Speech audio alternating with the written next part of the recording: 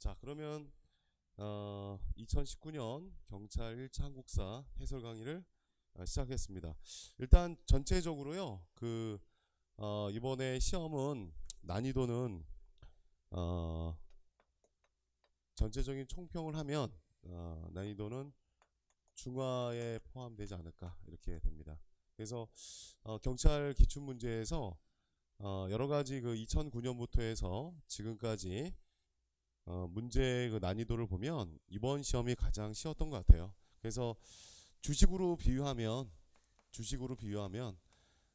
뭐 이걸 주식으로 비유한다는 건 좀 그런데 그냥 바닥을 쳤다라고 생각합니다. 그래서 바닥을 쳤으니까 결국에는 올해 2차 시험에서는 다시 좀 올라가지 않을까라는 생각입니다. 그래서 영어는 제가 잘 모르겠지만 영어 같은 경우에도 주변 선생님들한테 물어보니까 영어는 작년만큼은 그렇게 어렵지 않았는데 이제 항상 이 영어 자체가 작년에도 어렵고 하니까 체감 난이도를 갖다가 똑같이 느끼지 않았나라고 얘기를 하시는 분들도 있더라고요. 근데 어쨌든 간에 한국사는 이 최저점을 찍었어요. 그리고 최저점을 찍었는데 이 문제는 이제 뭐 사람마다 다 다른데 이 특이한 점이 뭐 지엽적으로 공부한 사람들이 지엽적으로 많이 이렇게 자세하고 지엽적으로 공부한 사람들, 그러니까 뭐 국가직 9급 이상으로 막 공부한 분들이 있어요. 근데 그런 분들이 의외로 성적이 잘 안 나오고, 그 다음에 이제 핵심적으로 중요한 거, 여태까지 경찰에서 자주 나왔던 걸 위주로 공부한 사람들이 점수가 많이 나온 것 같아요. 주변에 보면은. 그래서 그러면 앞으로 이제 이 해설 강의 자체가 중요한 게 아니라 2차 시험을 또 준비하는 분들이 많기 때문에 2차 시험에서는 요거보다는 더 떨어지지 않을 거라고 생각돼요. 그래서 이거는 아닌 것 같고요. 조금 난이도가 올라가지 않을까라고 생각이 됩니다. 그래서 그런 차원으로 얘기하시고 생각하시면 되겠고, 이번 시험에서의 가장 특이한 문제는 뭐냐라고 할 때 1번부터 20번의 문제 중에서 조금 특이한 문제는 역사의 개념이라는 이 역사의 의미는 거의 시험에 물론 이제 2000년대 2010년부터 해서 2013년 정도에 경찰 기출 문제를 보면 역사의 의미 문제가 주로 출제가 됐었거든요. 근데 그들은 출제 안 됐어요. 그래서 거의 여기는 이제 나오지 않는다라고 생각했는데 이번에 이제 나왔는데, 이게 나왔는데 너무 쉽게 나왔죠. 그래서 너무 쉽게 나와서 이거는 그냥 언어 영역식으로 국어식으로 그냥 풀면은 답이 풀리지 않았을까라는 생각이 됩니다. 근데 이것도 마찬가지 전혀 생각지 않다가 딱 문제를 봤을 때는 당황스러울 수밖에 없습니다. 자, 그런 문제였고요. 그 다음에 두 번째 특이한 점은 2번에 있습니다. 2번에 뭐 루발리아 기법 때문에 수험생들을 상당히 혼동시켰는데, 그 기법은 솔직히 우리 기본서에도 안 나오고 웬만한 기본서도 안 나옵니다. 이거는 고고학 책에서 나오는 그런 이야기거든요. 그래서 그런데 이거 자체가 큰 의미가 있는 게 아니라 역시 수험생들을 혼동시키는 거죠. 그래서 그런 걸 집어넣어서 혼동시켰는데 너무나 쉽게 출제된 거나 마찬가지입니다. 그리고 이제 가장 좀 눈에 띄는 건 제가 생각할 때 근현대사 파트도 되게 전체적으로 쉽게 나왔는데요. 20번은 정말 저도 황당스러웠습니다. 물론 20번 문제가 그렇게 나올 수 있는데, 이거는 2018년 4월 달에 문재인 정부가 판문점에서 김정은을 만났다. 이거는 조금 물론 이제 만난 건 사실이지만 역사의 그동안의 그 출제 패턴을 보면 현재 정부 이야기는 잘 안 나오거든요. 근데 현재 정부를 나왔다라는 거는 약간의 조금 그랬습니다. 그래서 어쨌든 간에 그것이 가장 좀 우리 수험생들이 그런 거에 별로 신경 안 쓰다 보니까 그걸 놓치지 않았나라는 생각이 됩니다. 자, 그러면 본격적으로 해설 강의를 갖다가 시작해 볼게요. 자, 1번 문제. 1번 문제는 어떤 거냐면 역사라는 거를, 자, 역사라는 건 두 가지 의미인데, 첫 번째가 객관적 의미의 역사와 그 다음에 주관적 의미의 역사로 나눠지죠. 그래서 객관적 의미의 역사와 주관적 의미라는 얘기는 뭐냐면, 역사란 사실이다. 과거에 일어났던 모든 사실을 자 역사다, 즉 역사의 개념으로 보는 쪽을 객관적 의미의 역사라고 하고요. 이렇게 따라가는, 이런 걸 강조하는 역사주의를 실중주의 역사학이라고 얘기해요. 그래서 우리나라 1930년대 진단학회가 대표적으로 실중주의 역사학자가 되고요. 그 다음에 주관적 의미의 역사는요, 자, 과거에 일어난 모든 사실이 역사를 하지 않는다. 그 과거에 일어났던 모든 사실들 중에서 역사가가 중요하다고 판단한 것을 뽑아서 그것을 해석하고 그 다음에 뭐 같은 말로 의미를 갖다가 부여하고 그래서 기록하는 것을 역사다라고 얘기하는 겁니다. 그러니까 여기서 제일 중요한 포인트는 해석과 의미와 기록을 하기 때문에 역사가가 기록을 하기 때문에 역사가의 생각이 들어가겠죠. 그렇죠. 그래서 역사가의 생각이 들어가기 때문에 역사란 주관적 의미 역사다라고 얘기하는 거죠. 이렇게 두 번째 개념을 얘기하는 거고요.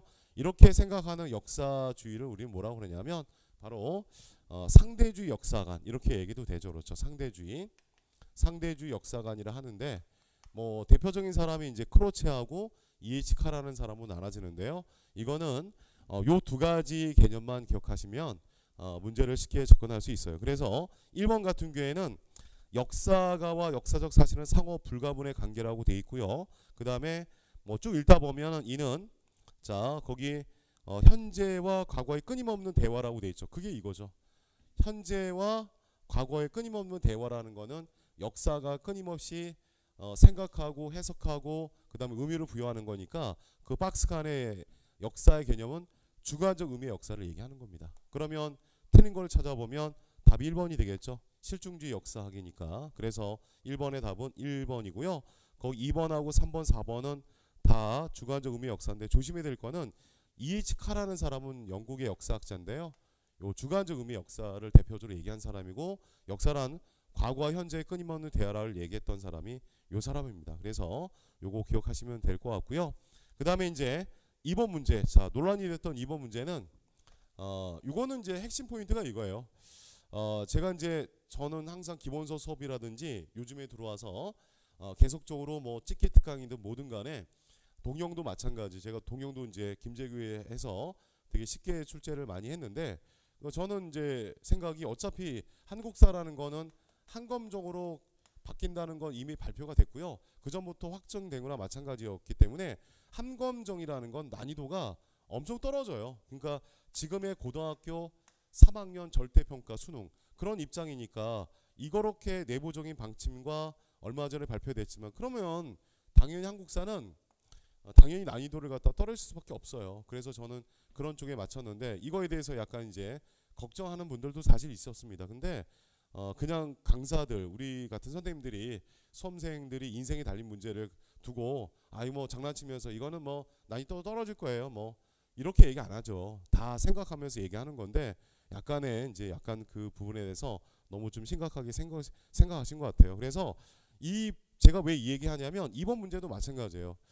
구석기 시대 전기, 중기, 후기 구석기 할 때 제일 어려운 게 뭐냐면 전기 구석기 시대 유적지가 뭐냐, 그 다음에 중기 유적지 시대가 뭐냐, 후기가 뭐냐 이걸 그리고 지역을 다 공부하고 나서 더 황당한 거는 그 지역별로 해서 각각의 도구가 뭐가 발견됐고 유물이 뭐가 있는지를 다 일일이 암기하는 게 가장 어려운 거예요. 사실은 이거는 문제를 출제하는 사람도 그렇고 수험생을 준비하는 또 가르치는 입장도 마찬가지입니다. 우리나라 구석기 유적지가 계속 지금도 발견되고 있어요. 얼마나 많은데요. 그럼 그걸 어떻게 다 압니까? 암기합니까? 불가능해요. 그래서 예전에는 솔직히 어려울 때는 이거를 생뚱맞게 하나씩 내갖고 수험생들을 힘들게 했는데 요즘 이런 문제는 지양이 되고 있어요. 이거는 우리 경찰 측뿐만 아니라 다른 파트도 마찬가지예요.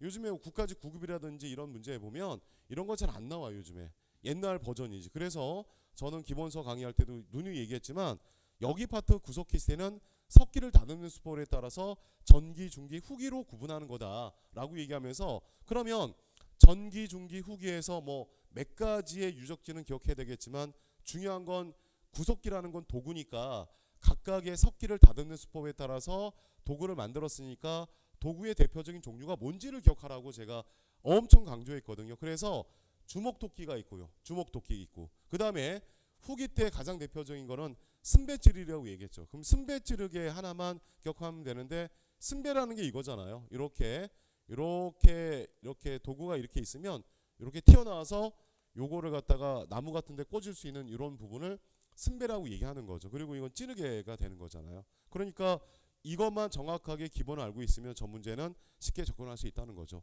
루발리에 기법이라는 거는 출제하는 사람도 뭐 무시하는 건 아니겠지만 잘 모르실 수도 있어요. 솔직히 그쪽이 전공이 아니라면. 그리고 나머지 분도 마찬가지, 수험생도 마찬가지.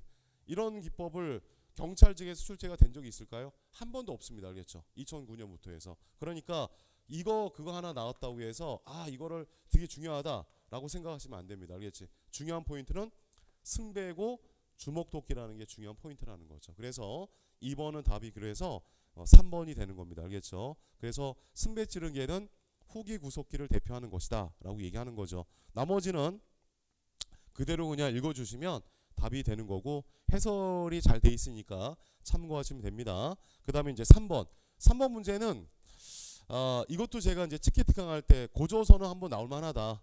고조선은 당연히 몇 년 전에 경찰직에서 고조선에서 발전에 관련된 문제 있었죠. 고조선에 발전하면 단군부터 해서 단군, 그 다음에 기자, 그 다음에 위만 이렇게 해서 그러니까 위만이 집권할 때부터 시작해서 고조선이 한나라에 의해서 멸망되는 과정까지의 그 순서적인 거. 그래서 이제 뭐 서파라는 사신도 죽었고 그 다음에 위만의 마지막 왕 우거왕 얘기하면서 그 과정 자체가 순서로 나온 게 고조선 문제에서는 가장 어려웠던 문제가 아닌가 생각이 됩니다. 경찰직에서. 근데 제가 요번에 치키특강 할 때 고조선이 나온다고 예측했던 이유는 이렇게 기출 문제를 분석해 보니까 고조선 문제가 이제 나올만한 것 같아요. 어차피 앞부분은 출제해야 되는데 당연히 출제자 입장에서는 앞부분 나와야 되는데 뭐를 낼까? 그럼 쫙 보겠죠. 고조선이 몇 년 동안 안 나왔구나. 그래서 저도 그렇게 예측해서 했는데 정확하게 이게 나왔어요. 그런데 이번에는 뭐가 나왔냐? 제가 이제 치키특강 할 때도 얘기했지만 고조선 나오면 첫 번째가 위만의 어떤 집권 과정이나 멸망하는 과정이 시험에 나왔으니까 이것 빼고는 뭐가 나오겠냐? 이거나 이거예요. 둘 중에. 그러면 단군 얘기할 때 뭐 8.5 물어보겠습니까?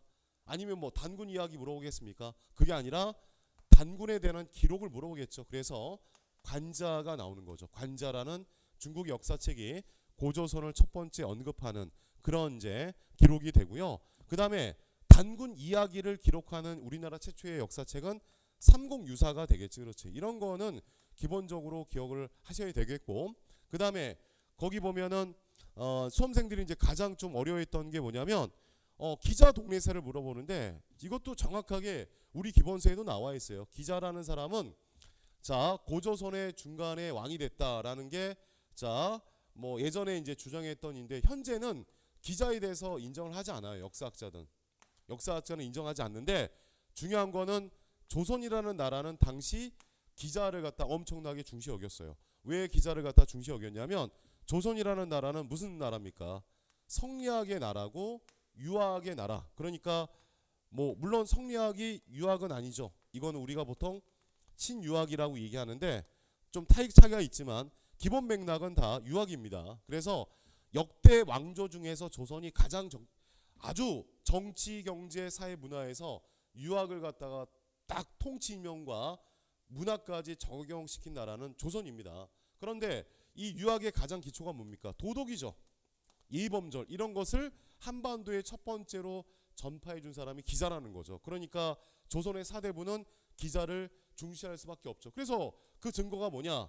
자, 그 증거가 뭐냐? 바로 자 누구냐면 이라는 사람의 기자실기.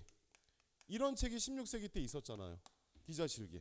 자, 그 다음에 또 뭐 또 있냐면 자, 이 단군과 기자 중에서 기자 자체를 그 전에도 중시했던 거 물론 이제 고려도 기자 사당 같은 것도 있었지만 여기 조선시대도 기자 사당 같은 거 있었다는 기록은 있습니다. 알겠지? 그래서 기자 동례설이라는 거 자체는 조선시대에 상당히 중요하게 생각했고요. 단지 이제 해석이 분분하죠. 어떤 해석이 분분하냐면 기자가 들어와서 왕이 되느냐 아니면 그냥 지배층을 이뤄서 도덕을 전파했느냐 이거는 이제 약간의 좀 논란이 있습니다. 알겠죠? 그 당시에도 알겠죠? 그래서 어쨌든 간에 논란되는 부분을 빼고 문제를 갖다 출제했단 말이에요. 그래서 기자 동례설을 나름대로 조선은 중시 여겼다. 그게 이제 포인트가 되겠습니다.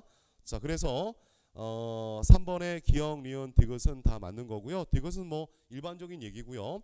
자, 송곡리경 토기는 이거는 청동기 시대 토기는 말하긴 말하는데 이거는 부여의 자 부여가래 공주의 송곡리지 그렇지. 그래서 그렇게 해서 일반적으로 충남 쪽이니까 충남은 고조선의 영역이라고 구체적으로 표시되지는 않잖아요. 그렇죠. 그래서 우리가 일반적으로 고조선의 영역 할 때는요 이렇게 되는 거지. 한반도 북부하고 만주 쪽 이렇게 해서 여기가 고조선의 영역이라고 얘기합니다. 그래서 고조선의 영역을 보여주는 유물 같은 경우에는 미송리식 토기하고 비파형 동공과 그 다음에 거친무늬 청동골 그렇지. 그 다음에 북방식 고인돌. 여기서 이제 고인돌은 두 가지로 나눠지잖아. 북방식 고인돌하고 그 다음에 남방식 고인돌 해서 자 남방식은 우리가 보통 이렇게 이렇게 해서 박두판식이라고 얘기하고요. 북방식은 이렇게 탁자식이라고 얘기합니다. 알겠지? 이런 것들이 고조선의 영역을 보여주는 유물이다라고 얘기합니다. 자, 그래서 3번 문제는 그렇게 해석이 됐고요. 4번 문제. 자, 4번 문제는 정말 쉽게 나온 문제나 마찬가지예요. 이거는 정말 저도 이번에 시험에서는 나름대로 이 4번 문제 같은 삼국의 항쟁 문제는 삼국의 발전 문제는 반드시 나와요. 사실은 나오는데 문제 유형이 도대체 어떻게 나올 것이냐를 상당히 고민을 많이 할 수밖에 없죠. 그래서 이렇게 나오는 게 가장 어려워요. 가 주고 그 다음에 나를 준 다음에 각각의 사료를 준 다음에 그 사료에서 4세기 그 다음에 6세기를 준 다음에 아니면 뭐 마찬가지 여기다 5세기에 집어넣고 중간에 아주 촘촘하게 사건들을 언급한 다음에 여기 사이 들어가는 문제를 물어온다면 시기를 물어온다면 수험생들 입장에서는 되게 힘들 상황입니다. 그런데 너무나 쉽게 나왔죠. 박스칸 준 다음에 그냥 세기별로 구분하면 되잖아요. 그래서 신라가 율령을 반포했다라는 얘기는 자 몇 세기? 자 6세기 버풍왕 때.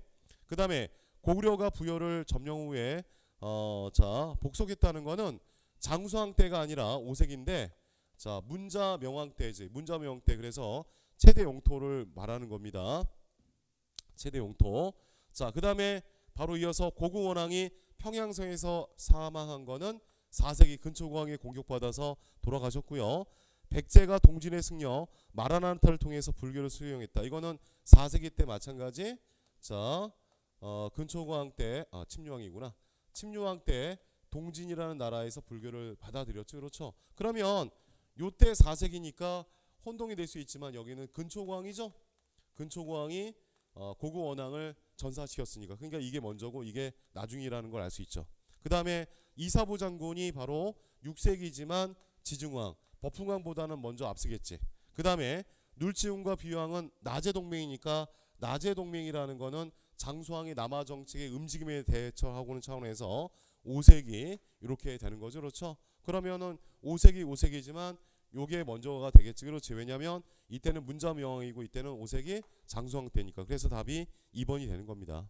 너무 이거는 사실은 기본적으로 맞춰줘야 되는 그런 문제일 수밖에 없죠. 그리고 이제 신라 이사부 장군 하나 뺐는데요. 이사부 장군도 마찬가지. 요거 얘기했구나. 그렇지. 자, 그거 얘기했으니까 통과하면 되죠. 자, 그 다음에 5번 문제 들어갑니다. 자, 5번 문제는 이 5번 문제는 내가 항상 생각하는데 경찰청에 문제 출제하는 간부진 중에 세종대왕의 핏줄이 분명히 있을 거고요. 무령왕의 핏줄이 분명히 있는 것 같아요. 작년에도 나왔잖아요. 그리고 이거 매년 나오지 않아요? 근데 이거 틀리면은 이건 찐따 맞아야 돼요. 존나 맞아야 돼요. 이거는 엄마 아빠한테 진짜 죄송하다고 얘기해야 되는 거야. 이건 너무나 자주 나오는 거잖아. 거기 사마라고 돼 있는데 사마라는 걸 몰라도 그만 이게 당연히 그 무령왕이라는 걸 알 수 있는데 저는 수업할 때 이런 얘기했어요. 자, 어떤 얘기했냐면 이 무령왕이라는 존재는 백제에서 할 때 당시 중국인 양나라 그 다음에 일본은 야마토 정권이라고 얘기합니다. 할 때 백제 무령왕은 어릴 때 일본에서 살았단 말이야. 그래서 어릴 때 일본에서 자랐고 백제 일본서기에 보면 무령왕을 사마왕이라고 표현하는 거야. 그리고 자 백제가 양나라에 남조의 양나라에 조공 책봉 관계를 맺었기 때문에 이 양나라에서는 백제 무령왕을 영동 대장군이라고 정확하게 제가 기본서 강의할 때 얘기를 했어요. 이렇게 얘기했단 말이야. 그러니까 이걸 통해서도 이게 무령왕이라는 걸 금방 알 수 있거든요. 사실은. 그러면은 문제 풀기 되게 쉬운데 4번이잖아요. 그럼 1번이 뭐냐? 석촌동 고문은 근초고왕의 무덤으로 추정하고 있습니다. 자, 그냥 추정. 백제 초기 때 무덤이니까. 부여 능산리고분은 바로 사비에 왕들의 무덤이 있는 곳이 있고요. 그 중에 대표적인 무덤이 성왕의 무덤이라고 얘기할 수 있습니다. 알겠지? 그 다음에 그 익산 쌍릉이라는 거 처음 들어봤을 텐데, 익산이라는 거 하면 가장 생각나는 왕이 누구겠어요? 익산하면 백제 왕 중에서 그 사람이 나와야죠. 이 사람은 올해 요번에 안 나왔지만 2차 시험에 반드시 나옵니다. 올해 뭐가 완성됐죠? 익산 미륵사지 석탑이 완공됐어요. 그러니까 완공이라는 표현은 좀 그렇지만 증보수를 했는데 완벽하게 올해 그게 증축이 돼갖고 일반 사람들한테 공개가 됐단 말이야. 역사적으로 되게 쇼킹한 사건이야. 그러면 당연히 무왕이 나올 수밖에 없겠죠. 그래서 이쌍 쌍릉이라는 곳이 있는데 두 개 무덤이 있는데 이거를 무왕과 선화공주의 무덤이라고도 얘기하는 사람도 있습니다. 그거는 뭐 확실한 건 아니지만 그래서 이거는 자 익산 백제의 무덤이라는 거 기억하시면 되죠. 자 그다음에 마지막에 답이 4번이니까 그거는 통과하고요. 하나 더 쓸 게 뭐냐면 익산의 쌍릉은 굴식 돌방 무덤이라고 하나 써야 되겠죠. 이거는 써야 되는 이유가 있어요. 자 부여하고 그 다음에 공주의 무덤 양식은 거의 대다수가 다 몇몇 가지 빼지만 굴식 돌방 무덤이에요. 알겠죠? 그래서 굴식 돌방 무덤이라는 걸 기억해야 되겠지. 자 그러면 됐고요.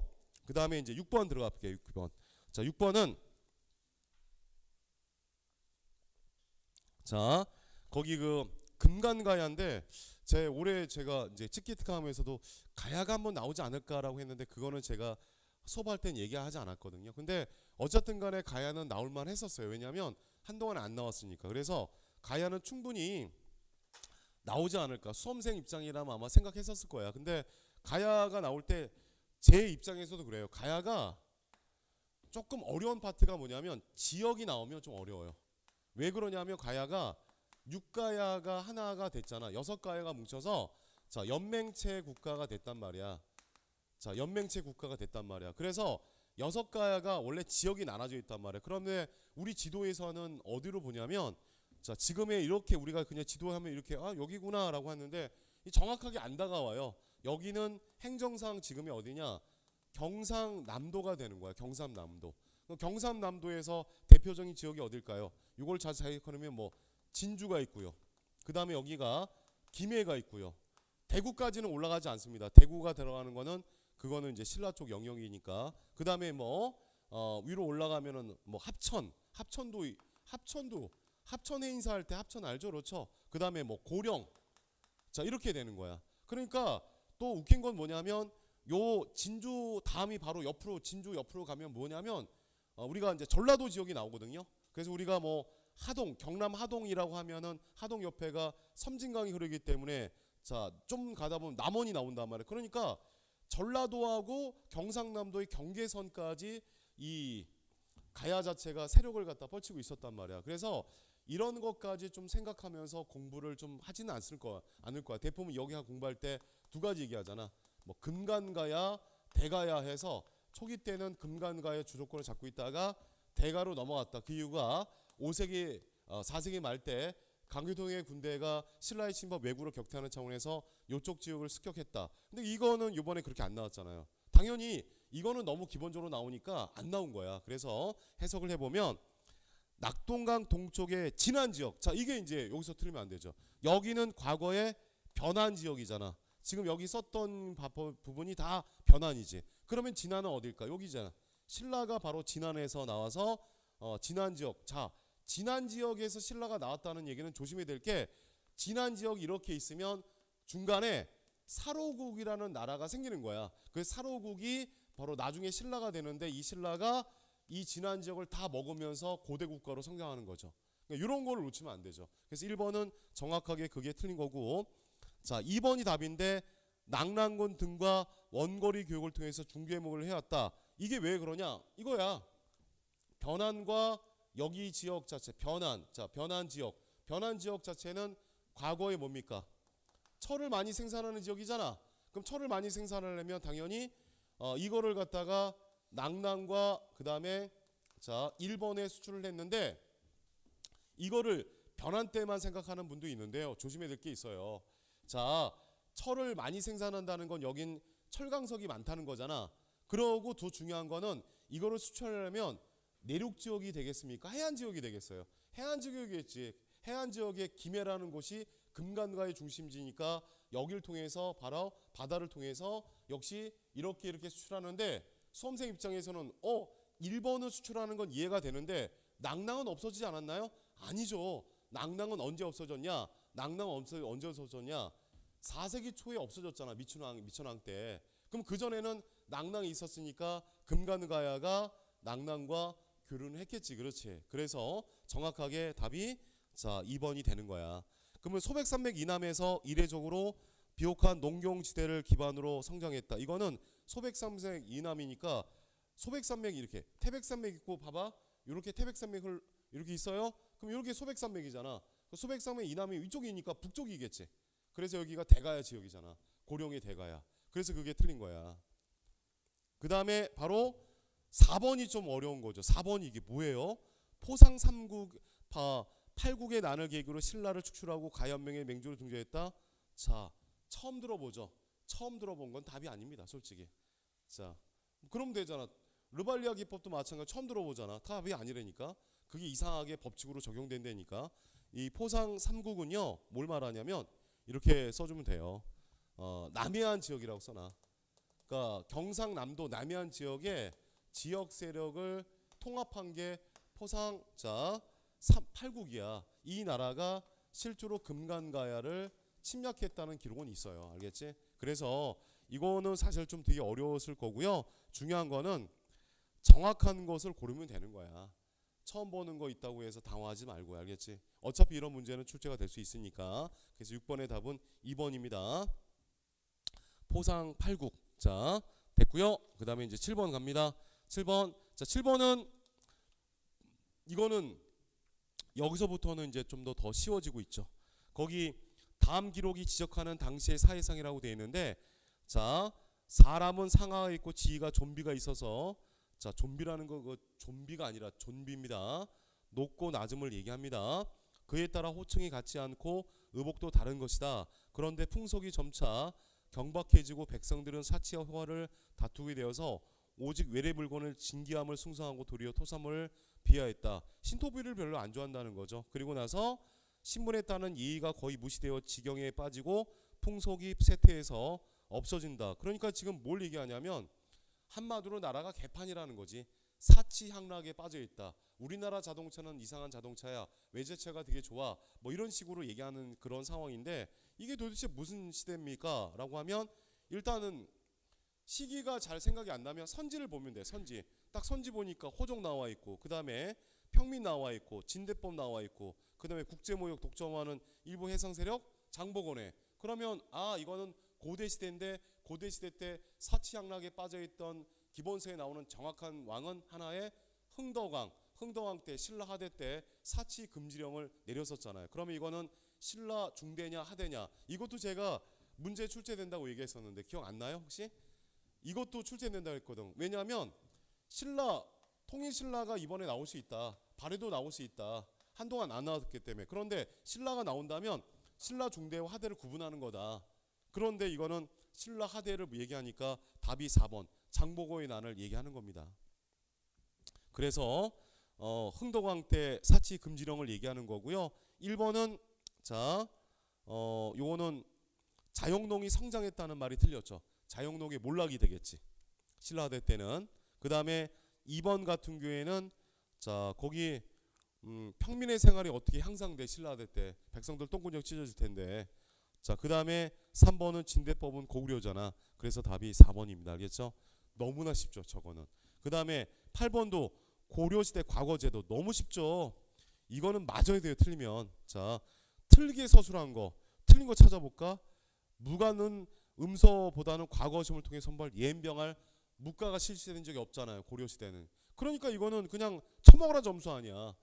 승가는 거기 교정선과 선종선 처음 들어보는데 예행병할 교정하고 선종은 당연히 고려는 불교의 나라니까 광종이라는 사람이 불교 통합 운동을 왜 했겠어요. 교정과 선종이 서로 대립하니까. 그러면 교정과하고 선종과를 나눠서 각각의 승가 시험을 봤다는 건 추론이 가능하잖아. 그래서 이거는 승가는 고려만 있다는 거지. 너무나 쉬운 얘기고 3번도 마찬가지. 이거는 자, 엄격한 신분제도로 인해서 과거 합격해도 관직 인출을 못하는 경우가 많았다.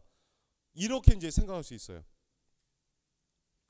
이거는 이제 조심해야 될 게 뭐냐면, 자, 엄격한 신분제도에 대해 비춰보자. 이것 때문에 많이 혼동돼요. 이 엄격한 신분제도라는 얘기를, 자, 제가 왜 밑줄치라 하냐면 문제 풀 때 아마 좀 깊게 생각한 사람은 그럴 거야. 잘 봐. 고대 시대 때는 신분제도가 있고요. 고려 시대 중세라고 얘기하고요. 근세도 신분제도가 있죠. 그런데 이때 신분제는 폐쇄적인 신분제도로 해. 폐쇄적인 신분제도는 거의 자, 올라갈 수 없다.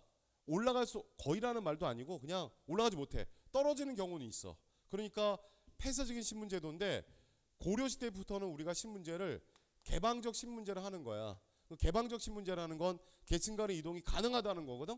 그러면 이렇게 해서 이제 생각하는 거지. 아, 문제 풀 때 수험생 입장에서 고대 시대보다는 중세가 좀 더 개방적이니까 저 말은 틀렸다고 생각하는 사람도 있어요. 근데 그거는 잘못했다는 거지. 왜? 그거는 고대와 중세를 비교했을 때 개방적이라는 거지, 이 자체가 굳이 뭐 지금처럼 아주 개방적이다는 얘기는 아니야. 무슨 말이냐면 이 개방적이라는 말은 고대와 비교했을 때 상대적 차원에서 개방적인 거지, 여전히 신문제라는 거는 엄격하게 유지될 수밖에 없다는 얘기지.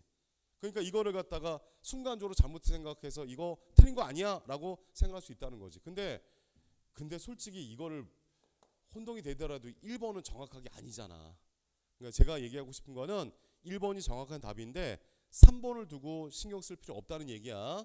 이건 상대적 개념 차원에서 개방적인 얘기고, 실제로 엄격한 신문제 때문에 과거 시험을 보더라도요 결국에는 못 올라가는 경우도 있습니다. 그거는 뭐 조선시대에 와서도 그런 경우가 있겠지. 그렇지. 자, 그래서 그렇게 해서 답이 8번에 1번이고 나머지 4번은 그냥 읽어보시면 될 것 같습니다. 왜냐하면 당시 불효죄 이런 것들을 상당히 많이 강조했기 때문에 당시 그 유교적인 부분을 강조했습니다. 알겠죠? 특히 근데 유교라는 것보다 이런 것도 있어요.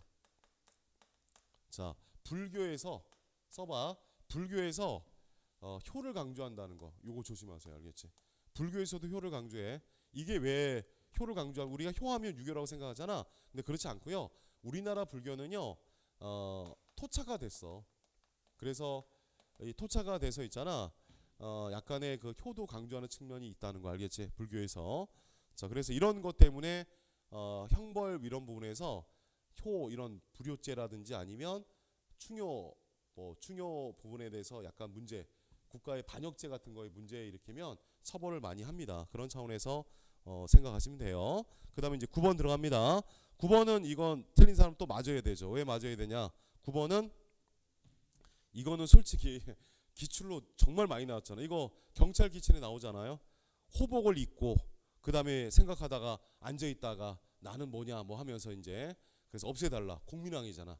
공민왕. 그래서 몽고풍 없애는 거잖아. 그러면 자, 몽고풍 없앨 때 변화식이 아닌 것은, 자, 원나라 순제가 주원장의 군대에 패배했다. 순제 동남자. 순제 이거 모르는 사람은 TV 봐야 돼요. 기왕후. 그렇죠. 기왕후의 남편이잖아. 하지원의 남편이죠. 남편이 그 지창으로 나오지 않았나? 아닌가? 그 드라마에서? 안 봤나? 어쨌든 간에 자, 쌍성 총관부 나오면 이거는 자, 공민왕. 자, 그리고 1번은 그게 원명교체기야. 그래서 공민왕이 원명교체기에 개혁 정치를 했었고요. 3번은 전민변종동을 설치했다는 건 맞는데 정방은 인사를 담당하는 기구를 폐지시켰잖아요. 그래서 그게 틀린 거고요. 자, 홍건족의 침략 때문에 자, 공민왕이 피난을 가기도 했었지. 안동. 그래서 우리 이거 수업할 때 안동 김재규 경찰학원이 있다고 막 수업 시간에 해준 적이 있었는데 그 답이 그래서 3번입니다. 그거는 뭐 쉬우니까 넘어갈게요. 자, 그 다음에 10번 들어갑니다. 자, 10번. 자, 10번 고려시대 예술과 문화에 대한 설명으로 잘못 소설한 것은 이거는 이미 출제가 되고 있던 거죠. 그래서 조심포 양식과 다포 양식이랑 있는데, 조심포 양식은 뭐 안동 봉정사 극락전, 그 다음에 아니면 부석사 무량수전, 그 다음에 수석사 대웅전, 이 세 가지가 주심포고, 그 다음에 다포 양식은 자, 성불사 응진전이라고 해서 실제로 다른 곳의 다포 양식이고요. 주진포 양식은 고려 중기 때 양식이고 다포 양식은 고려기 때 양식이고 조선시대까지 이어집니다. 그러니까 이 문제를 틀린 사람은 맞아야 돼요. 결국에는 고등학교 때 강조됐던 세 가지 건축물은 기억해야 되잖아요.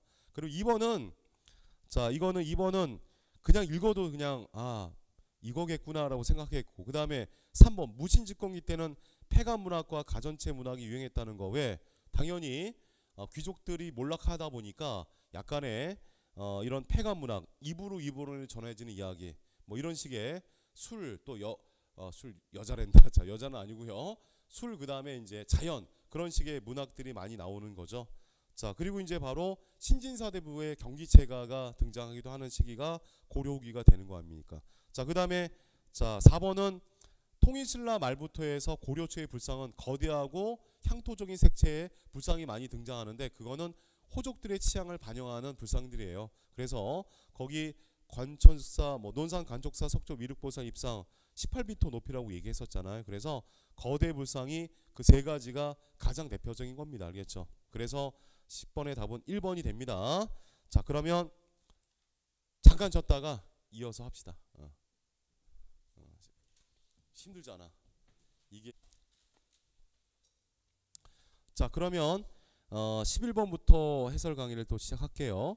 자, 조선의 중앙정치기구에 대한 설명으로 옳지 않은 것은, 이것도 되게 기본적인 문제고요. 원래 경찰직은 조선의 중앙정치기구가 자주 출제되고 있어요. 그래서 기구를 좀 정확하게 알고 있어야 되는데, 사헌부, 사관원, 홍문관, 서경권을 가지고 있었다. 말도 안 되는 거지.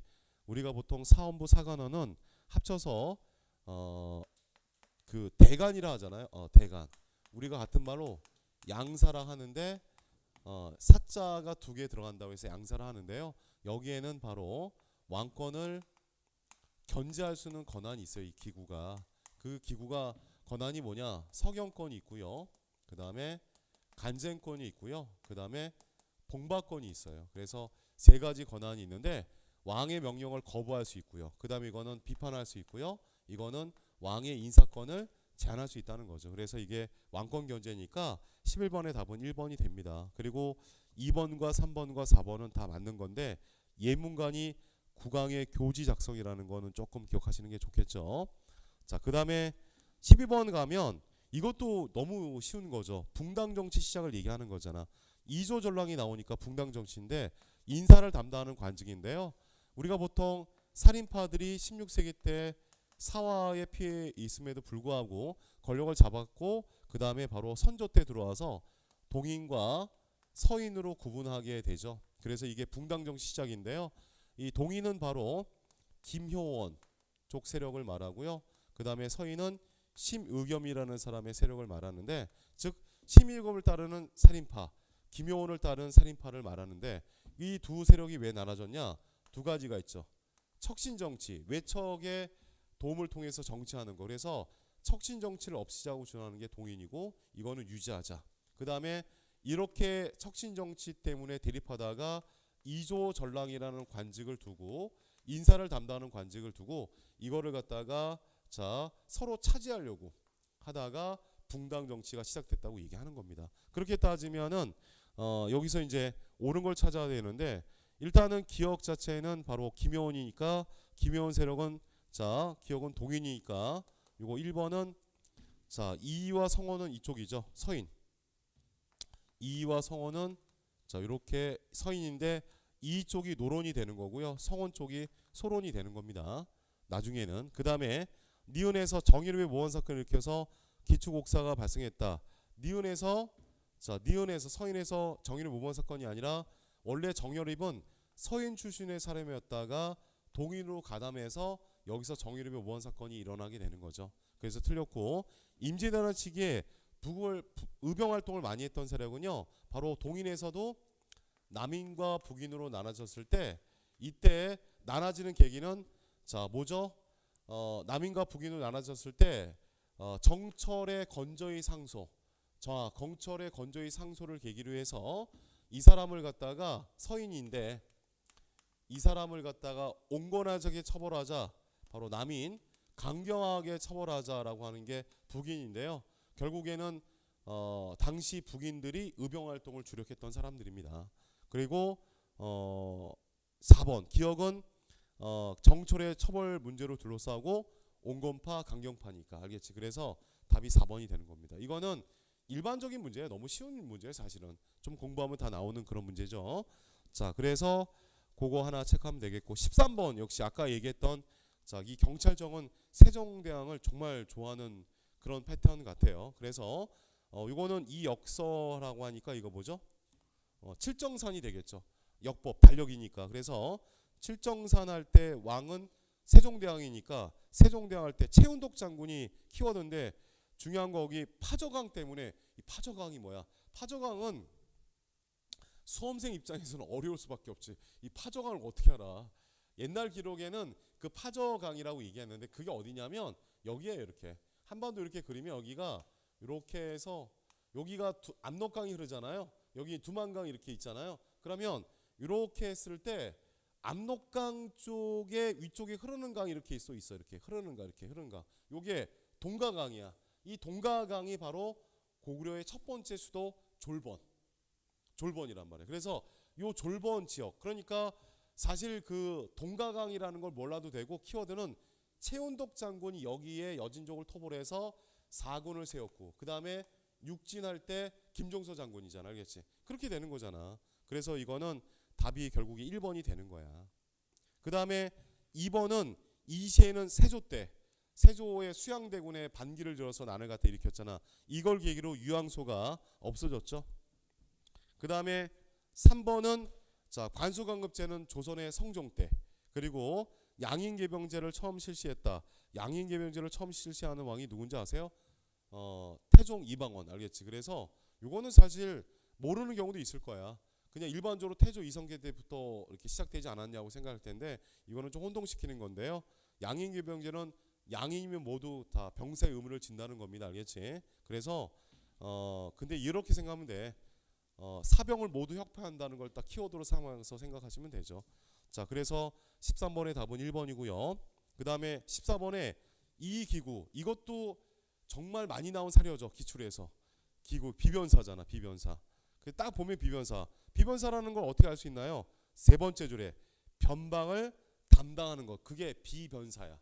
변방을 담당한다. 그러니까 군사요지 뭐 이런데 알겠지? 그래서 국방에 관련된 일을 논의하는 기구가 비변사. 그 다음에 자 14번에 비변사에 관련된 걸 찾으면 외구의 침입 16세기 초에 어느 왕 때 상설기구가 아니라 임시기구로 중종 때 처음 설치했잖아. 중종 때 외구 침략과 여진족의 침략을 대비하는 차원에서. 그 다음 2번은 크게 강화된 거죠. 세력이 국가 최고 권력기구가 된 거지. 흥선대원 때 완전히 폐지됐지. 근데 이거를 아까도 제가 쉬는 시간에 얘기했듯이 혼동되신 분들은 비변사가 흥선대원 때 처음에 폐지된 게 아니라 기능이 축소됐다가 완전히 폐지된 거야. 그래서 그게 정확한 거야. 기능이 처음에 축소됐다가 나중에는 완전히 폐지된 거야. 그래서 흥선대원 맞고요. 의정부를 견제하고 왕권을 강화시킨 게 아니라 왕권을 약화시키는 역할을 했었습니다. 비변사가 세력이 커지면. 그래서 답이 3번이 되는 거야. 자, 그 다음에 야 15번 정말 이거 틀리면 맞아야죠. 자, 이거는 진짜 체제공 기출로 엄청 나왔잖아. 신해통공 정조대왕 때 금난정권 철폐. 언니 어저께 했던 거죠. 어저께 그렇지. 어저께 금난정권 철폐. 그럼 정조대왕의 업적으로 찾아보면 경기도의 대동법은 강해군 때, 그 다음에 영정법은 인조 때, 그 다음에 신문고 제도는 부활은 영조 때, 그 다음에 장영영이니까 친위군대니까 정조. 이거는 처먹어라 점수지. 발가락 풀어도 되는 거야. 이거는 이거 틀리면 진짜 경찰직 준비하면 안 돼. 자, 그 다음에 너무 오버했나요 제가? 자 16번에 다음 사건. 야 내가 이제 근현대사 겁나 막 찍었는데 다 나온 거 있잖아. 요번에 근대문화사 나온다고 했었는데 그러지 않냐 진짜. 이거 내가 녹음해서 여기다 앞에다 이렇게 방영해야 돼. 방송해줘야 돼 진짜. 거의 다 찍어줬는데 아 진짜 나 찍기 특강할 때 뭐 설렁설렁한 것도 있지만 사실은 그 설렁설렁한 이유가 다 있거든. 근데 정확하게 찍어줬잖아. 그 엄하게 무슨 프린트 준비해서 뭐 아주 뭐 잘한다. 그냥 기본소로 한 게 저는 정확하게 맞다고 생각했어요. 그다 보면은 야 이거 진짜 이거 이제 맞아야 돼. 그리고 제가 수업할 때 기본 수업할 때 철도 연도 암기하라고 막 그렇게 강조했잖아. 경인선, 경부선, 경의선 암기하라고. 그거는 꼭 나온다고. 그러니까 1899년에 우리나라에서 자 전차가 이때 개통이 됐고 우리나라 최초의 철도 경인선 개통됐고 1899년에 한 일이 너무 많잖아. 전차 경인선만 기억해도 돼. 부산과 인천의 철도. 그 다음에 나머지는 뭐야? 방문국, 뭐 기기창, 그렇지. 그 다음에 전항국. 자, 그 다음에 뭐 동문학, 원산학사. 내가 항상 내가 얘기했는데 이제는 그 국가직 구급 관련된 문제 때문에 몇 년 전에 전모 강사가 인터넷으로 그렇게 정부를 뭐 좀 비판하는 글을 강의를 좀 했었잖아요. 같은 연도 안에 사건들이 되게 많은데 그것을 매달 어떻게 다 구분하냐. 그래서 그때 인사처장이 앞으로는 그런 문제를 안 내게끔 하겠다라고 해서 그다음부터 안 나와. 그래서 제가 수업할 때도 그냥 1883년에 있었던 거야. 퉁. 근데 이거를 갖다 뭐 매달. 근데 웬만한 기본서는 다 써 있잖아. 의미가 없다는 거야 이제. 그래서 이거 다 83년이잖아. 통역기관, 우리나라 최초의 사립학교, 신문 만드는 거, 무기 만드는 거, 화폐 만드는 거. 여기서 화폐 뭐 만들겠어요? 뭐 대표적으로 뭐 백동화 이런 거 알겠지? 백동화나 뭐 당호전 이런 것들도 만들었을 거 아니야. 그렇지? 자, 그래서 답이 4번이 되는 거야. 나머지는 다 83년이니까. 그 다음에 3.1운동 나온다고 해서 안 나왔어. 나온다고 그랬잖아. 겁나 나온다고 시장. 근데 3.1운동 틀리면 존나 맞아야 된다고 막 관순이 누나한테 맞아야 돼. 자, 근데 이것도 너무 쉽지 않냐. 미국의 윌슨 대통령의 민족 자결주의는 모든 나라한테 적용되는 게 아니라 패전국에 해당하는 것만 적용이 된다. 그렇게 나온 거 아니야. 그래서 신한청년단 김규식 보냈고요. 만세운동은 9개까지. 그 다음에 최초의 반제 민족운동이니까 중국의 오사운동이 우리나라 영향을 받았잖아. 3.1운동. 그럼 반제가 뭐냐? 반제국주의 운동을 말하잖아. 일본에 대한 저항하는 운동. 그래서 해석할 게 없어 그거는. 자, 그 다음에 넘어가시면 18번 틀리면 맞아야 되지 않냐? 이거 경찰학에서도 나오지 않아? 경찰학에서 나오지 않아? 경찰학에 뭐 경찰 역사에 나오는 거 아니야? 나오지 않아? 그래서 김구가 초대 경찰국장이라는 거. 임시정부에.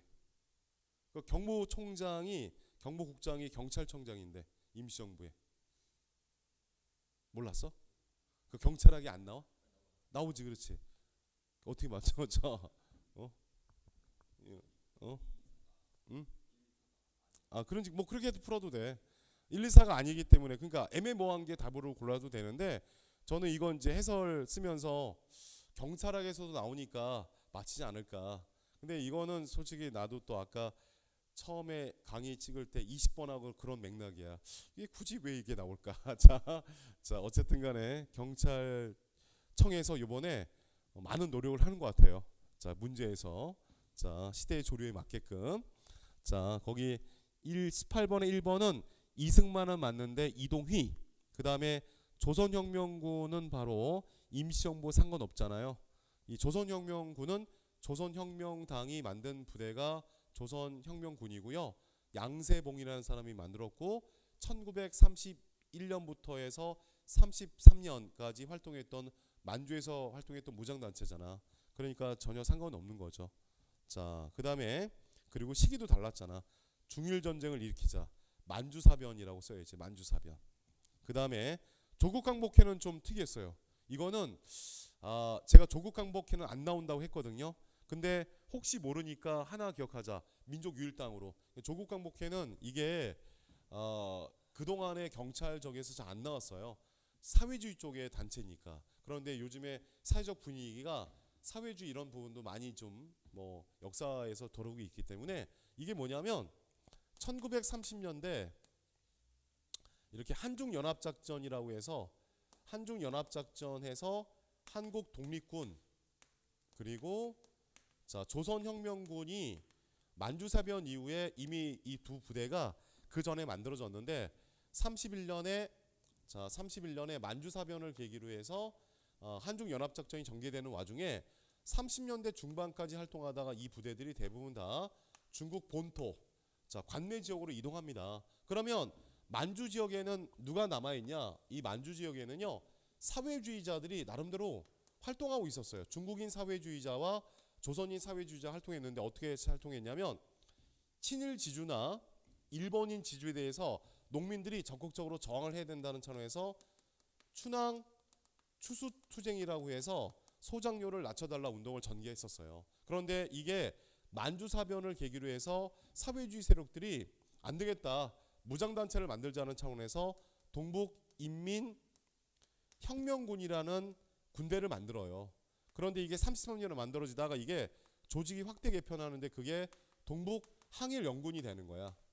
그래서 동북항일연군이 만들어졌는데 이 부대에서 중국인 사회주의자와 조선인 사회주의자들이 뭉쳐서 만든 단체인데 이 단체에서 조선인 사회주의자가 떨어져 나와서 1936년에 이렇게 함경도 지역의 일제 식민지 하에 함경도에 있는 민족주의자들과 비밀리 손을 잡아서 만든 단체가 조국강복회야. 조국강복회. 그래서 조국강복회가 만주에서 만들어졌는데 이 조국강복회는 뭐다?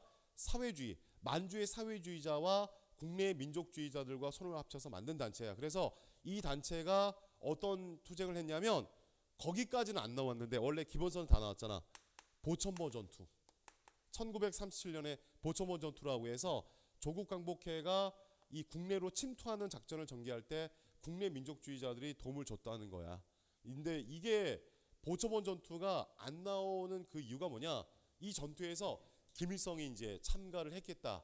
그런 차원에서 사실 잘 안 나왔는데요. 이거는 안 나왔지만 여기까지 나왔다는 건 상당히 많이 경찰 문제에서 역사적인 의미에서 보면 많이 진보한다는 부분입니다. 이거는 알겠죠? 그래서 그거는 조국강복회는 임시정부랑 상관이 없는 거야. 자, 그래서 답이 3번이고요. 19번 이거 내가 찍지 않았냐? 현대사 나올 때는 이제 법령을 제시해서 개헌안을 제시해주고 시기를 물어볼 수 있다. 정확하게 근데 이거는 너무 쉽게 나왔잖아. 박사모 나왔잖아. 박정희를 사랑하는 모임, 통일주의 국민회의. 그러니까 1970년대가 아닌 걸 찾아보면 야 이것도 틀리면 맞아야 돼. 3번 뭐야? 1968년에 121 사건이라고 해서 김신조가 무장공비가 박정희 목다로 왔잖아. 박정희 목다로 실패됐잖아. 그러면 나머지 1번은 판문점 도끼만행 사건은 제가 우스갯소리로 가끔 얘기했는데 70년대 1976년 그렇지. 판문점에서 우리나라 유엔군하고 한국군을 공격했잖아. 북한 애들이. YC 사건은 1979년 노동자. 긴급조치는 유신체제 때 발표되는 법령이잖아. 국민의 기본권을 제한하는 거. 그래서 답이 3번이 되는 거죠. 자 이렇게 쉬운 거고 그 다음에 마지막 20번 문제. 이거는 나올만 하죠. 근데 아까도 얘기했지만 니은이 좀 그렇죠. 남북기본합의서는 1991년 노태우 때, 7.4 남북공동성명은 박정희 때 1972년, 그리고 유료 공동선언은 김대중 2000년에 1차 남북정상회담 할 때 나온 거고요. 4월 27일 날 판문점 선언은 바로 2018년 문재인 정부 때 김정은을 만났던 3차 남북정상회담이 되겠죠. 그렇죠? 자 이렇게 해서 답이 4번입니다. 자 이렇게 해서 1차 해설 강의를 끝내드리고요. 2차 때는 여러분들이 모든 분들이 한국사를 더 잘 맞으셔갖고 합격하기를 바라겠습니다. 자 수고하셨습니다.